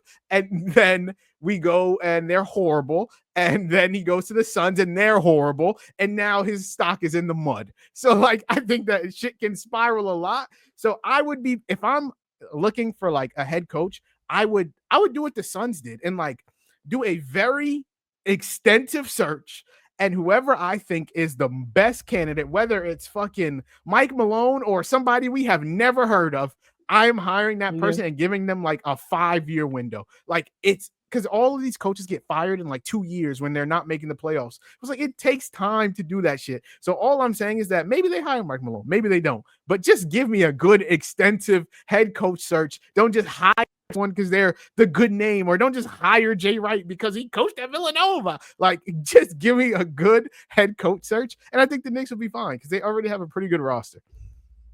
Yeah, I don't think they hire Mike Malone. I was just making a case for coaches needing consistent talent, and also the front office not giving up on them. Like, a lot of the coaches that we talk about that are great have had faith in them from the front office. Like, and usually sustained longevity. Like, Steve Kerr has now been the coach of the Warriors for what, 12 years? At least since like 2014. So like, is this so like 14? I guess the Knicks are trying to find their Steve Kerr. Like, maybe Tom Thibodeau was the Mark Jackson. Mark Jackson wasn't a bad coach. His ceiling was definitely capped, and he wasn't able to unlock Steph and Klay to their full potential, obviously, and Draymond. So, maybe they find a guy who helps them get a more free-flowing offense. Maybe next year Cat looks like prime Dirk. Yeah. Who knows? Hey, that would be great. I mean, I'm sure they would love that. Or maybe they move him and they have Giannis. And that brings us to the last topic, KD and Giannis. I mean, I know you've prepared trades, and so I would love to hear what you have thinking in your mind for KD and Giannis trades. So yeah, talk to me. What were you feeling? Hold on, I gotta find the KD one. I had the Giannis one pulled up. So my KD one is pretty straightforward. I think there's a plethora of teams he could go to. Timberwolves are interested. The Spurs are interested. The Heat are always interested. The Knicks are interested. But I did one with the Spurs and the Suns. I think the Spurs are in a place where they can honestly go in either direction. They can keep like this young rebuild and just have a lot of young guys and kind of try to do what we see OKC doing right now and just pray Wemby stays healthy and becomes the best player in the world, which is very possible. Like Wemby is that great of a player. But I also think they could go in a direction where they just need a guy, a gap star. Like KD can be their gap star if they feel like De'Aaron Fox is not the guy to be your second best player on a team like this. So, with that being said, I have the Spurs trading Keldon Johnson, Jeremy Sohan, Harrison Barnes to match salary, their number 14 first round pick, and a 2027 first round pick swap to get Kevin Durant and also Iguodala, who I actually kind of like. If I didn't play fantasy basketball, I would have no idea who that is. But he actually got some burn last year because the Suns didn't really have a center. Like Jusuf Nurkic got exiled to the bench and bowl his ass, and they didn't really have anybody else. What picks are they giving the Suns? Their number 14 pick this year. So 2025. Keep two? Who? The Spurs keep two? I clicked on the wrong pick. I'm so sorry. That's supposed to be the second pick. Yeah, the second pick and the 2027 pick swap for Harrison Barnes, Keldon Johnson, and basically Dylan Harper. Yeah. And Jeremy Sohan. I don't know. Do that if I'm the Suns. Do you do that if you're the Spurs? Like you give up number 2, and do you feel like because you get to keep Castle, you get to keep De'Aaron Fox, you get to keep Devin Vassell, you lose some depth on the wing, but you're getting Kevin Durant. For me, if I'm KD, the thing I said about KD is like if I'm him, I don't want to go to a team where I'm the best player at 36 years old. And I don't think I'm the best player on the Spurs. And I don't think I'm the best player on the Wolves. And so I would. It's close though. It's close. It's close. Well, for both of them, I think it's close. But like, I think he's clearly better than KD. I think that I think Ant is clearly better than KD too. But I think that like projection wise, we can assume that both of them will be better than KD over the next year. So like.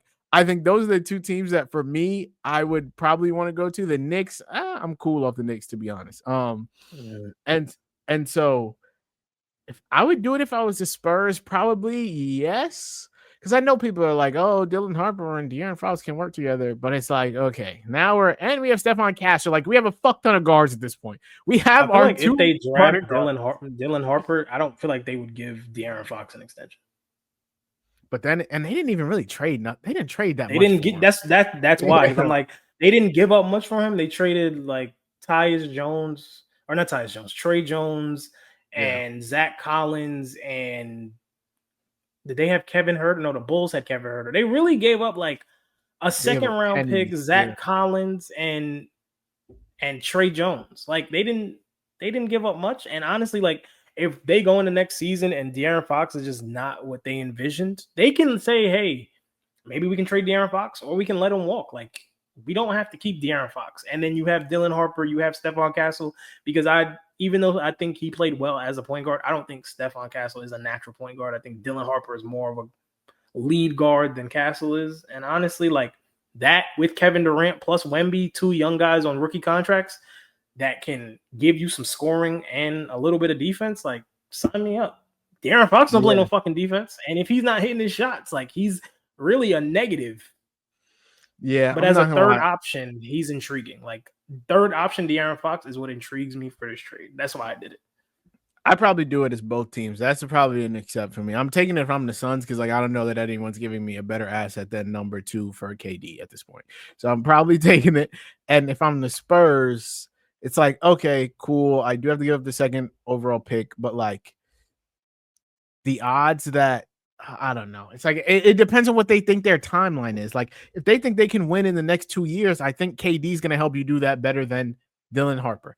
If you're trying to build a sustainable like 10-year window with Wemby, you then also have to decide, like, is us drafting Dylan Harper going to limit the development of Stephon Castle, or vice versa? Is having De'Aaron Fox and Stephon Castle going to limit the development of Dylan Harper? And at that point, is it just worth getting KD so that we have a reliable scoring threat? Because like I do think that they struggle offensively sometimes. When Wemby's not on, it's like, oh shit, De'Aaron Fox middies, and they didn't play that many games together. Stephon Castle still not super polished. I think it would be wise for them to just have a guy they can give it to and be like, hey, we need to get us the bucket. yeah. And so that's that. So yeah, I would do it if I'm them. The Knicks thing for me, and I've seen a lot of people kind of talk about like it would have to the Knicks can get there with just Cat and like some filler because they both make like 56 million or something. Like their salaries are close, so they can just do pretty much a straight KD for Cat swap. And I think the Suns definitely take that because there's no way the Knicks do that. Yeah, I can't see the Knicks doing it. I think the Suns definitely do it because one, KD, Booker and Cat are besties. Kentucky man, D'Lo is also a free agent, and Suns need a point guard. So D'Lo, Cat, Booker finally reuniting on the Suns. That would be elite. Jokes on you, D'Lo's not a point guard. Oh, he's a combo guard. He's a point guard. He's damn sure not a shooting guard. You think he's a shooting? He's more of a shooting. He's more of a shooting guard than he's a point guard at this point in his career. Like he's not a good enough like as he's playing shaky with as he Thomas. is as a player. I don't care who he's playing. All the shots too. He was playing with LeBron James, and he was passing. He was passing, but I'm saying, yeah, he was passing. He was also turning over. I mean, yeah, like, but I think he's been a point guard. I think he's best slotted as a point guard. People give D'Lo so much shit. I think he's best slotted. I think if you put a playmaker next to him and just told D'Lo, hey, bro, all you gotta do is really for us is score, he would cook. Low key. Like if you put him next to Tyrese Haliburton, I feel like he would cook. I actually rather have him in a role where like he doesn't have to cook, because then he does take some fucking horrible shots. Maybe he's the best as like just bring him off the bench, six man, still give him 30 minutes. Yeah, still give him 25 to 30 minutes. Maybe he's at like now just best as a 6-man, because he's not like this amazing facilitator. Like he's cool, but he don't got the mental to come off the bench. JJ Redick tried to do it and he was on pissed off. Like, hey, you gotta know your role. Maybe not grow up. You about to be 30. Yeah. What the hell, man? D'Lo, Cat, Booker, Suns is not horrible, but they're not doing not horrible, but it's not enough. No, they're not. Definitely not enough. I don't even know if they make the playoffs with that. No, they probably don't make the playoffs with that. Does Cat KD? I mean, does Cat D'Lo equal Booker or equal KD? I don't fucking know. But I'm gonna say the Knicks probably end up not trading for KD. I think if they trade for anyone, it's probably Giannis, and they can get to Giannis just by like Mikal OG, or they can do Cat and some other shit. But I think they probably want to hold on to Cat if they get Giannis. It's crazy because if I'm the Bucks and I'm trading Giannis, there's no way I'll walk out of that deal without getting Cat. You wouldn't take Mikal OG for Giannis? I want Cat. If I'm trading Giannis, I want Cat. I mean, I agree. I would also want Cat, but then it's like if I'm thinking about we know what Cat looks like on a team with no one else. Like we done seen that for the first 8 years of his career, and so I don't know. Like, are you about to trade Giannis for max contract OG, who might not give you more than 60 games? Mikal is fine. Like Mikal will play games, he'll defend. He probably could score 18 and 20 points a night, but OG's contract is fucking horrendous. Like he's getting paid like a top 10 player in the world, and he's nowhere near close to that. And there's no guarantee that he'll even be healthy. Like I gotta walk out of that deal. If you gave me like Cat and Mikal, I'd be like, all right, cool. Yeah, honestly, or just Cat and like Mitchell Robinson, baby. Like if they don't want to keep Mitchell Robinson. Yeah, I would do that. And honestly, you know that even if you have Cat, you can still bottom out because even having Cat, they still got the number 1 pick and they still got Ant Edwards and they were still ass enough to put together a nice future roster. So like, Cat is not a number 1. That's the thing. No. As talented as he is, he's just not like mentally. He's not a number 1. Talent wise, he has the skill to be a number 1, but overall, like he just doesn't have the makeup of an alpha guy. I don't know. But speaking of Giannis, like I want to hear your Giannis trade. I want to know what team you picked. I actually didn't do a Giannis trade. I only did a KD trade. But off the top of my head, I'm gonna build it as we speak. I'm selecting. So I'll tell you mine. Yeah, and I'm not saying that this is gonna happen, but this is like a base of a potential trade. So I was looking around the league. I tried to do a trade with the Grizzlies. I think Ja and Giannis could be interesting because I don't think the Grizzlies have enough around Ja offensively consistently where like if Ja goes down or if Ja's not playing well, like do I trust Jaren Jackson and Desmond Bane to really pick up the slack? We've seen with that, like Desmond Bane in spurts can get you 30. He can get hot. He's a great shooter. But all in all, he's like a tier 3 player, like at best a third option. Maybe like second option if your first option is really, really great. But like Jaren Jackson also doesn't give me vibes of I can pick up the slack when someone's down. Granted, he had a great season and Ja missed a lot of this season. But in the playoffs, he just kind of seems to just fall flat on his face a lot of the time. So, and he's 25 years old, so it's not like, he's in his second or third year. So I thought the Grizzlies was interesting, but I couldn't really financially figure out what I wanted to do there. And I'm of the belief that the Bucks would not trade Giannis to an Eastern Conference team. But honestly, those are the only teams that I could figure out to deal with. So the team that I picked was the Atlanta Hawks. Mm-hmm. I think you finally could get Trae Young, a player that is better than him, playing next to him. Because the biggest complaint about Trae Young and the failure of the Hawks is that Trae Young's never played with a guy of his caliber, better yet, like, or even better than him. Like, he's never played with like a Donovan Mitchell type. So, if he got a Giannis, then maybe the Hawks might make some noise. But this is just a little base of a trade. If I'm the Bucks and I'm trading Giannis, there is no way in hell that I'm calling the Hawks and saying that we're trading Giannis and I'm not walking out of this trade without Jalen Johnson. Mm-hmm. Jalen Johnson is, granted, coming off injury, but he's 23 years old. He'll be 24 mid next season. But last year he averaged 19 and 10 and 5 assists. Like, he's a really, really good player. He's still on his rookie deal. And he's got a team option going. Oh no, he's actually has a $30 million extension coming up. My bad. So, you're paying $30 million to a 24-year-old guy, and that's not bad at all. No. So the trade it's like a Giannis for Jalen Johnson and 2 firsts swap. You can probably add more firsts, but I just added the 2 firsts that the Hawks have this year, which is the number 13 pick and the number 22 pick from the Hawks.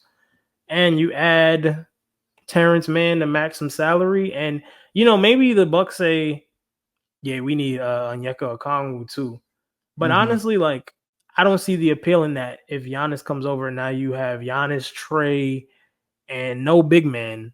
Because the Hawks don't really have a backup center. Like, Clint Capella's a free agent. They kind of phased him off the team last year. Like, he's aging, and Onyeka at this point is just better than him.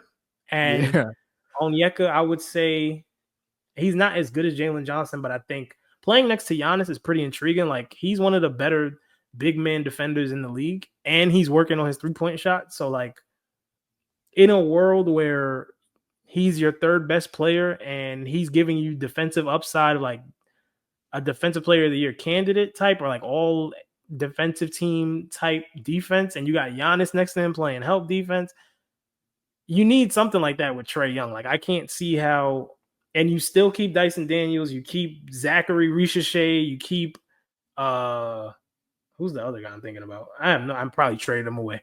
But you keep Dyson Daniels, who's your best perimeter defender, and you keep your first round, your overall number 1 pick in Zachary Ricochet, which I don't think people are that high on him around the league anyway. So I think they wouldn't have an issue keeping him. Maybe you have to give up Dyson Daniels too, because Dyson Daniels is like one of the most the hottest commodities in the league just because of his defensive upside and his athleticism. But yeah, something like that, like Jalen Johnson and maybe Dyson Daniels and 2 firsts or 3 firsts for Giannis and AJ Green or Andre Jackson, like something like that. Like, yeah, if I'm the Bucks, I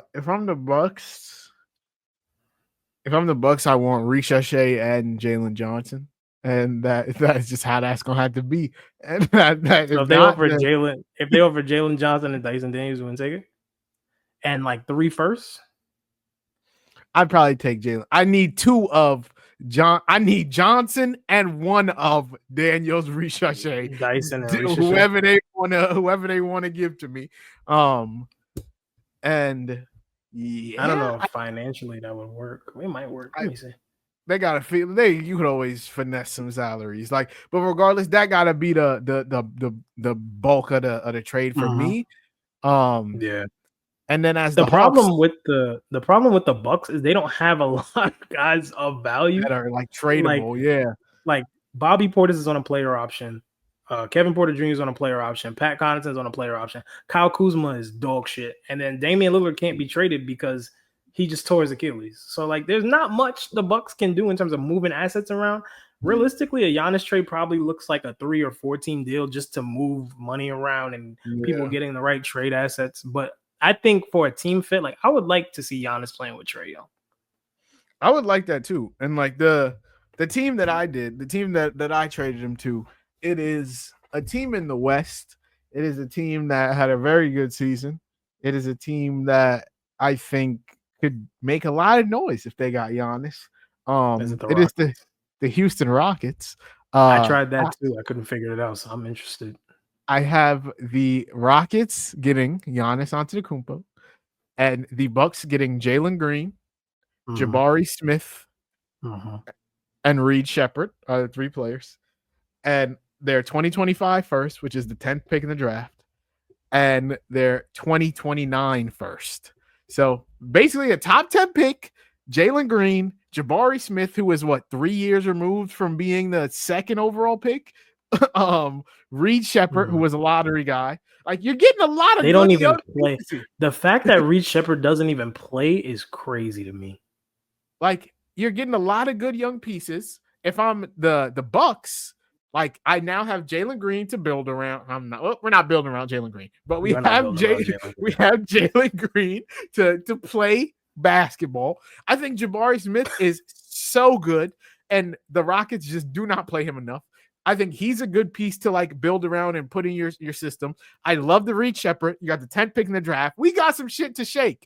If the Rockets, our starting lineup now looks probably Fred VanVleet, Amen Thompson, Dylan Brooks, Giannis, Sengun, Tari Eason off the bench. That is nasty spacing. I'm not gonna lie. There is no shooting in that lineup. None. Amen's not a shooter. Fred VanVleet has some gravity. Dylan Brooks got some gravity. Giannis does not. Overrated. Dylan Brooks' gravity is very overrated. Giannis and Sengun have no gravity. But the spacing is ass. But I do think the spacing is ass. But I do think that we can figure it out. Like, I think that Ime Udoka, that's your job, brother. Figure out how to make this shit work.